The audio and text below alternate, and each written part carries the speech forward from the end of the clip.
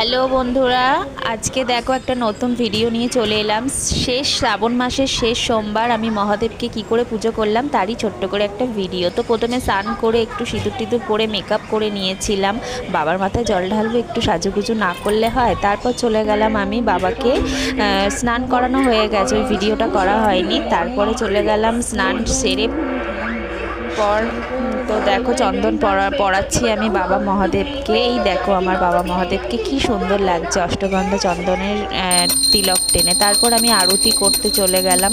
আরতি করছি এটা পিওর ঘি দিয়ে, যেই ঘিগুলো এখন নতুন বেরিয়েছে, ঘিয়ের প্রদীপ দিয়ে আরতি করছি, ধূপ দেখাচ্ছি। তো পাশেই রয়েছে সব ঠাকুর, কারণ সব ঠাকুরকেই তো পুজো সারতে হবে।